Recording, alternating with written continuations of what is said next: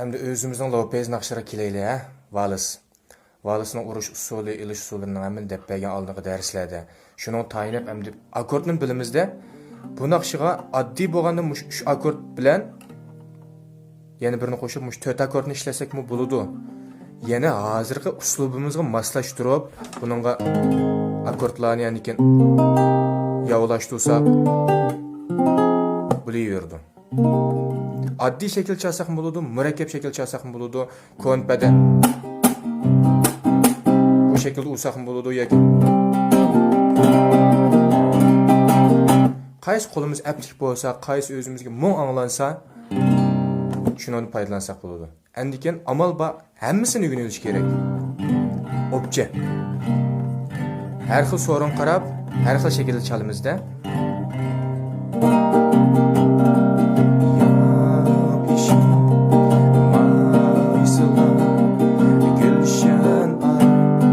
Addi çalayırasa, en bişini addi şekilde çalay. İşkanında artık paslarını koşmay, mürekkepleştirmey.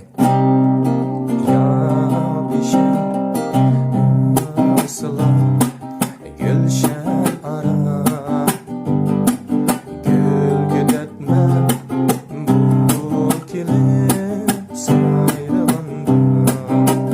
Endi muş aldığın bölekni azırak mürekkepleştirey, yav akordlarını koşayım.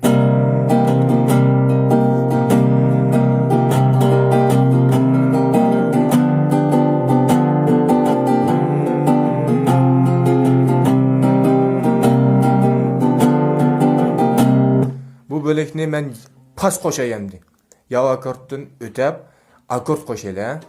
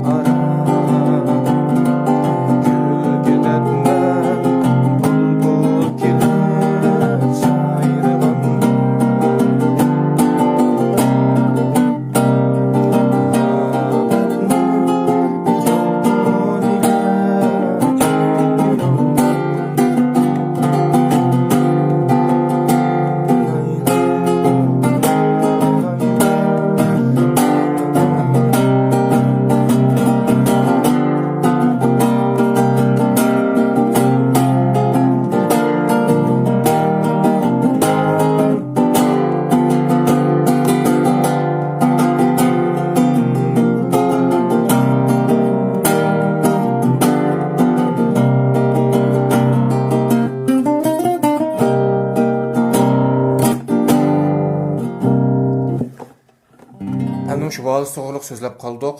Aldık şu vals soğurluq şu məşqlərini qıb bolğandan keyin kerek bolsa degan naqşı bada. Ben yıldızım şerini çağan bolsam bunun solosunu tapıma. Çıktı degan gap solosu. Nima uchun? G'ingshuduk.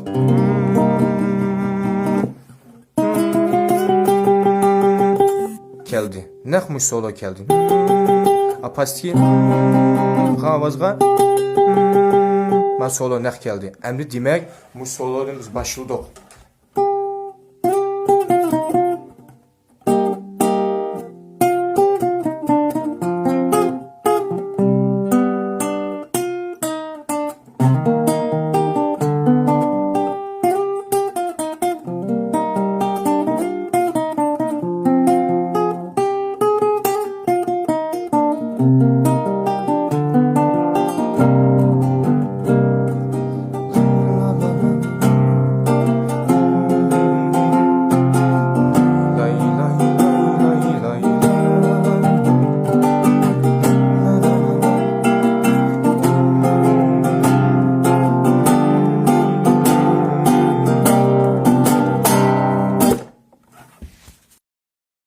抖音。